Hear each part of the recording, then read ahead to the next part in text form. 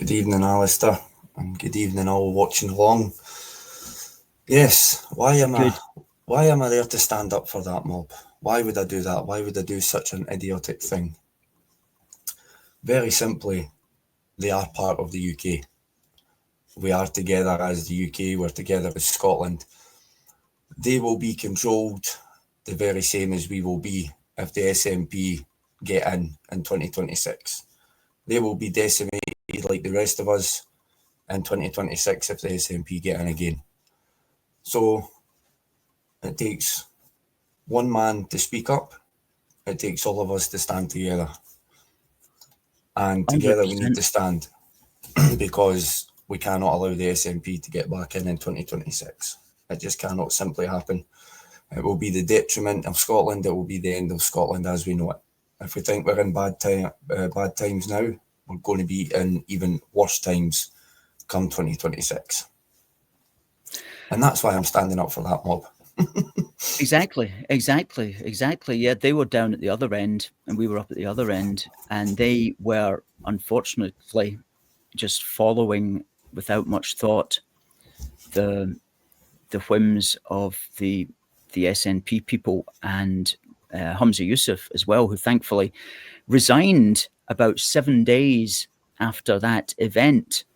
So I would like to think that in a small way, you and I and everybody who was there put some sort of psychological pressure upon him to say, well, do you know what? I've had enough of this at this precise moment. Of course, there was other factors in there also, but it was a successful event and your speech went down extremely well. You were extremely eloquent and well received, I might add. And you had also been at the Scottish Parliament earlier that month, actually.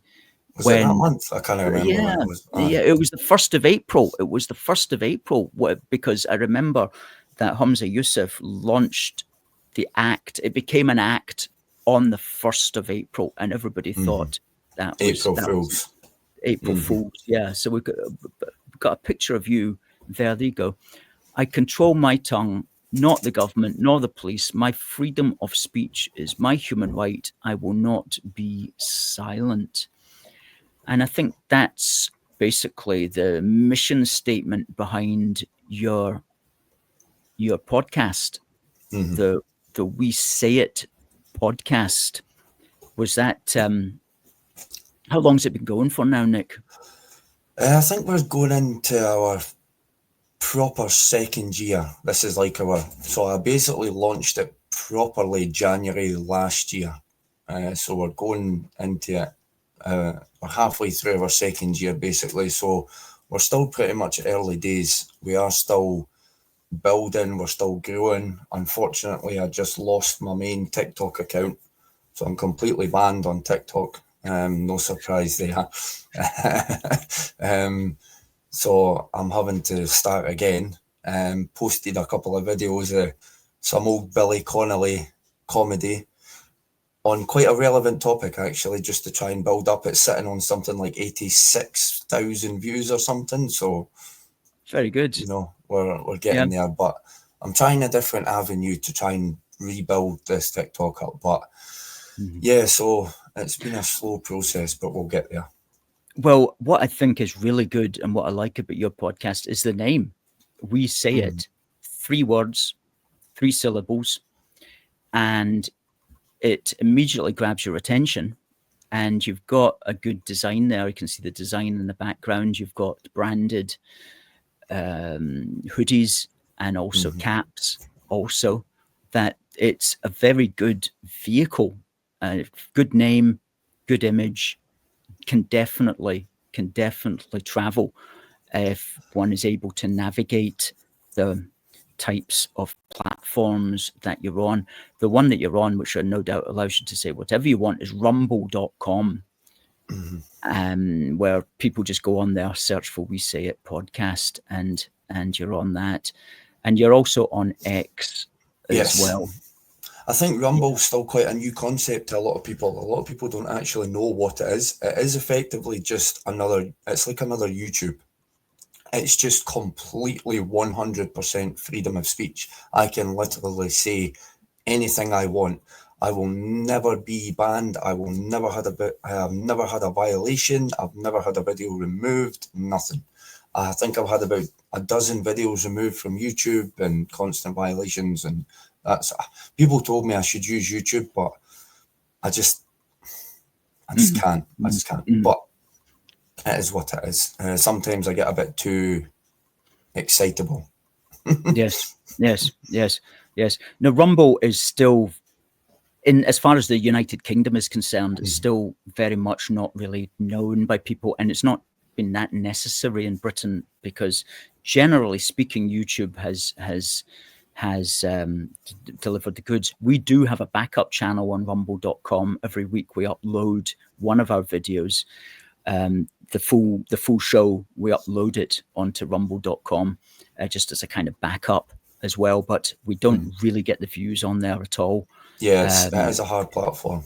Especially for British creators. It's very much an American type platform where you'll get lots of stuff, but I mean it's open, it's free. All you need to do is type in rumble.com and your life could change overnight by some of the political and just scientific things and stuff that you read. It's like I've never, it is life changing in many ways as far as hidden information is concerned. But that aside, let's not talk about that at the moment. Let's talk about you and I and some colleagues are going down to Dover.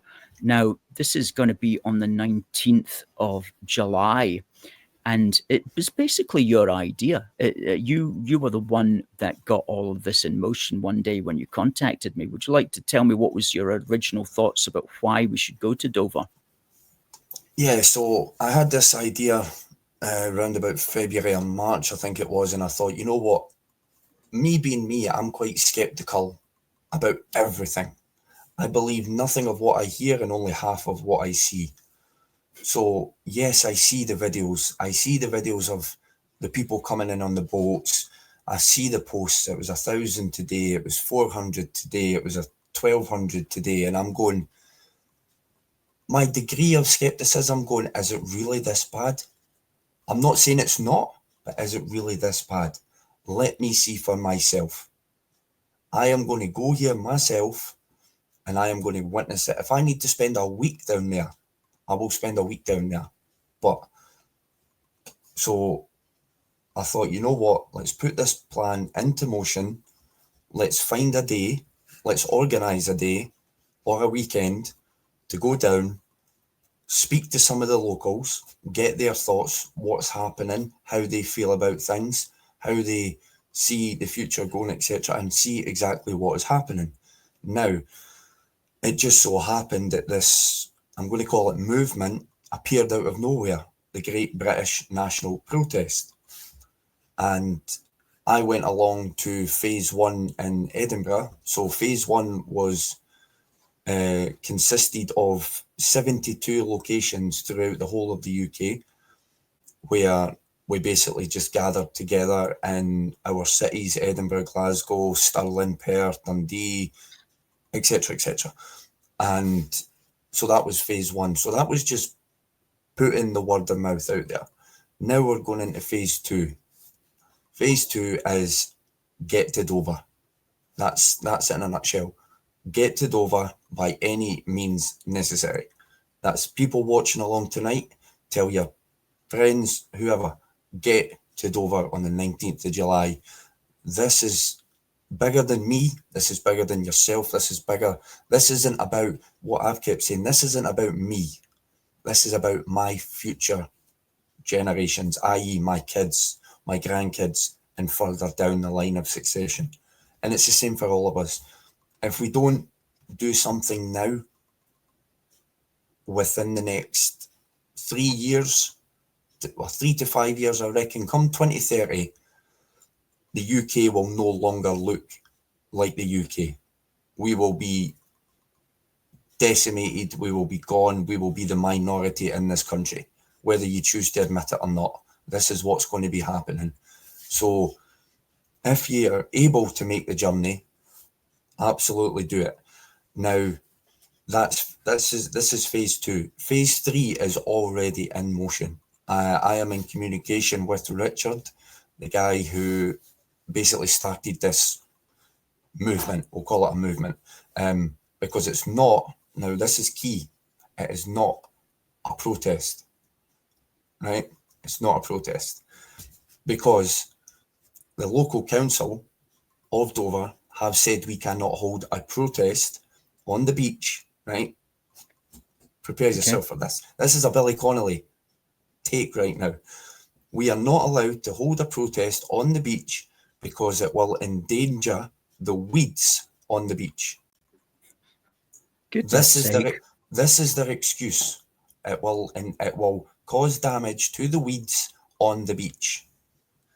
Some sort of rare plant that they're claiming is going to be there. Just the weeds. No. Just weeds. That's it. Okay. That's it. That is the excuse they give. So we're not going there as a protest. We are going there as members of the public because it's publicly accessible. This is what we need to remember. But I have 2 theories on this. Now, first of all, I am fully expecting to have a resistance there. Now, this is getting bigger as time's going on. There will be a resistance. I'm positive. Not sure who it's going to be from, but it will be there. Second of all, I think the authorities will get wind of this and they will make sure not a single boat enters the United Kingdom on the 19th of July. Good point. I guarantee you not a single boat will enter on the 19th because we will be there. Now, we have an ace up our sleeve here, right? As in me, you, and our colleagues that are going down. We are travelling down on the Friday. We will be partaking in the, not a protest, on the Saturday, but we will also be there on the Sunday. So now we can hang about a little bit on the Sunday, just on the off chance, we'll see something that the others won't. So we've got that little ace up our sleeve. Absolutely. Good thinking. That's a good one. That's a good one. Yeah. Yeah. If things go the way I think, which I'm very really wrong, but I think we will get the better end of the deal here. But we'll see what happens. Yeah. The authorities are going to know that there's going to be this demo, not a protest, as you say. And I don't know how many people will be there, but I'd like to think several hundred anyway will be able to amass. And we can't, as you say, get onto the beach because the beach isn't particularly big in the centre of Dover. It's a shingle beach as well. It's not sand. And as you're saying there, the authorities seem to be saying that there's little weeds growing up between the stones that need to somehow be protected on this particular day. As if what we're going to be doing anyway, walking about pulling the weeds out. I don't think so. I mean, we'll just be leaving them there. But nevertheless, that seems to be the way that they've got round it. Dover as well has this terrible MP called, Tapp, T-A-P-P. What's his first name? I can't recall.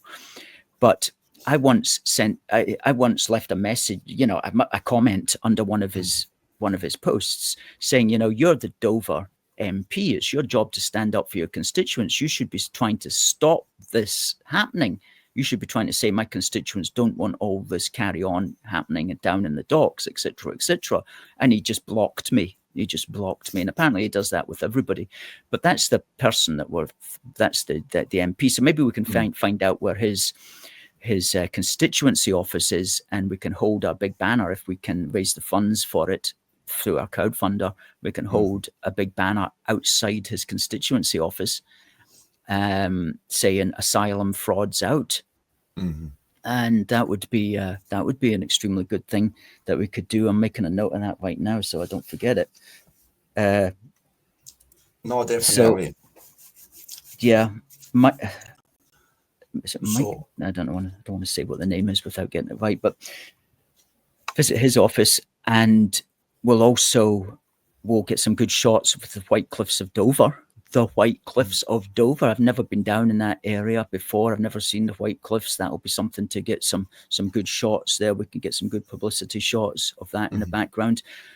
One of the great podcasters up here, Craig Houston, went down to Dover last week, and he got some video footage of what was going on there. And I'm glad he went down, because I watched his video, and so I know where the boats are coming in, at what particular dock that they're coming in at, which one to head to. So as a consequence of that. So Craig actually, I was speaking with Craig. Craig actually went down thinking that the event was this month. Right. And he was like, oh no, and he said, oh no, it's July, it's not June. So it kind of worked out okay for him. At the same time, it was a win-win. Absolutely. It was a win-win, because he got some great video content out of it, and GB News contacted him as a result of the video content, and it looks like he's been on twice now on GB News, so hopefully that's worked out very well for him. Congratulations to Craig, voice of common sense, one of our own here from Glasgow. So yeah, that's really good. I'm really looking forward to that, and making a few new contacts also, no doubt. And are you planning on any posters or anything? Yeah, so I've got, I'm going to be making up 3 banners, not banners, sorry, 3 boards, kind of like the one that I had at Holyrood with I Will Not Be Silent. I'm not going to disclose what's going to be written on them as such until the day. They will be kept secret, lock and tight. I know for a fact that one of them will ruffle a few feathers. But you know what? I've never been one to shy away from confrontation. So I'm here for it. But going forward, obviously, this is something that people actually need to understand is a very, very serious issue as to what we're dealing with in this country. If you don't see it as a very serious issue, then I don't know what to tell you. People's lives are going to be affected by this in one way or another. And especially, now I had this thought the other day, especially if the SNP win, and as we know, they're still pushing this independence boat. This is their one and only trick. They're a one-trick pony. This is it. Now, if Scotland does get independence, let's not go down that road, but if it does, the first thing they're going to do is get us right back into the EU. That's rule number 1. That's what they're going for. They've already said it. We get independence, we're going back into the EU. You watch our shores, not Dover, not England. You watch Scottish shores be infiltrated en masse with immigrants, because there will not be a damn thing we can do about it because of the EU. Yeah. And we'll have to take them. We'll have to take them. Now, we're not too bad up here now. We do have a level of immigration up here and illegal, but we're not as bad as England yet. But if people can honestly sit there and think, sitting in their chair at 10 to 8 on a Wednesday evening with a cup of tea, that it's happening at England, they're going to get to the border of Scotland and go, no, we don't want to go any further. We're okay where we are. No, don't be so stupid or naive. They will absolutely come into Scotland and we will be overrun, especially if independence happens. Yeah, that's 100% true. Absolutely. And what we must try to encourage people to understand now, and I think more people are coming to understand it, especially young people as well, is that this is actually an existential crisis. Now, by existential, I mean existence. It's a crisis of our actual existence as a nation. And you look at Scotland, where 5 million native Scots, probably a little bit more. And that's a very small population. And as such, it's a very fragile population that can easily be replaced because the number of people of that 5 million who are actually sustaining the native Scots is a smaller proportion. It's only people between the ages of 18 and 40 or whatever are doing that. And so what John Swinney wants, he looks at that and he goes, well, the native population of Scotland is declining. Well, okay, so it's declining. That doesn't necessarily matter so long as the borders are secure and so long as that population can live secure within that border. It can be declining or it can be stable or whatever, but it's not a danger. But when you say the population is declining, so we're going to open the borders and bring in endless billions of the rest of the world, then your population can just be totally swamped, totally replaced very, very quickly. And we see that happening in these big English cities. London now is, 30% white? Well, I remember walking about London in the 80s, which is 40 years ago, and it was very much overwhelmingly just a traditional native English city. So I was reading a statistic today that in New York City, which just yesterday elected a Muslim mayor, of the population of New York City, only 40% are born in America. So in other words, it's it's 40% foreign born. So 40%, and not immigrants of second or third generation, but ones who have come in this lifetime, in their own lifetimes. 40% of the population of New York City was born abroad right now. So it's just going to turn in. I mean, New York City used to be largely thought of as a Jewish city. Now it's going to be a Muslim city, and that's what happens. Is that these numbers will just replace you, and then when it gets to that stage, you can't vote your way out of it. I mean, when Scotland becomes 51% non-native Scots, nobody's, reform's never going to win.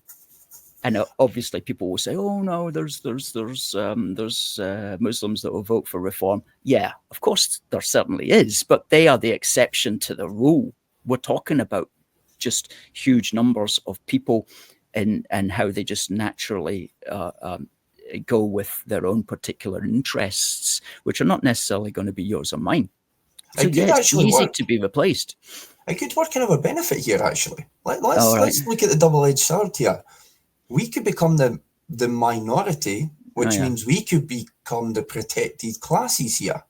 So we might become the protected classes. We might get special treatment for being white. And I've got a theory on that.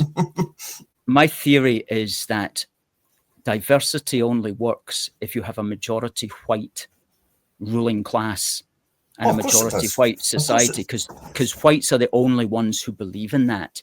So that's the irony. If you're a liberal, you should actually want societies to continue to be majority white and majority white governing, because these are the only people who believe in diversity. Once it turns the other way, you'll find that we're not going to get the special treatment, because the other groups of people don't really understand that concept or why it should even be a thing. It's very much a white liberal thing. DEI only exists in Western ideology. You go to the Middle East and you talk about DEI and they go, what? What's that? They don't know. And I know this firsthand because I was in the Middle East last year. And it's like, what do you think of DEI? And they go, what's that? Is that some like agency or something like CIA, MI5? And I was like, no, it's diversity, equity, and inclusion. And then they go, what? It's a foreign concept to them. It is a foreign concept to them. Yeah, absolutely. What country was it you were in? I was in the United Arab Emirates last year. Right. How did you find it? fantastic, unbelievable, in all aspects. Safe, clean, welcoming. Everything basically the UK is not right now if you're a white man. Basically, me going over there as the foreigner, I was very welcomed. Yeah, very welcomed. But obviously, going forward, guys. Yes, we've only got a few minutes left. We need you to stand beside us on the 19th of July if you can make the trip to Dover. If you cannot make the trip to Dover, don't worry, because phase 3 is already in progress, and phase 3 will consist of multiple cities again. So after Dover, there will be more details released on phase 3, where they'll be coming again to your local cities, Glasgow, Edinburgh, etc. So if you can't make it to Dover, not to worry, you will get another opportunity to stand beside us and let your voice be heard, let your fears be known. You shouldn't fear this, but at the same time, you should fear it. It's kind of a contradiction there, but we have our reasons as to why we're doing what we're doing. Now, obviously, me and Alistair and the other couple of gentlemen heading down, we are only a little number, but together we can be stronger.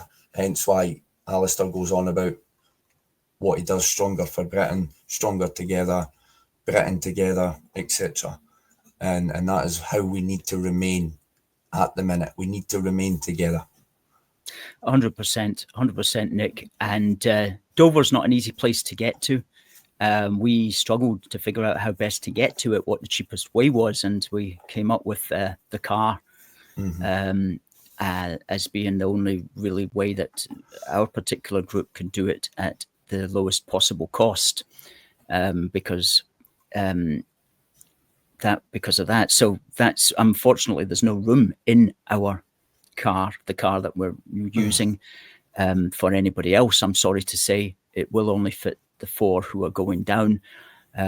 But as you say, there will be other opportunities. Now, Nick, just to say thank you, you're on x.com/WeSayIt podcast.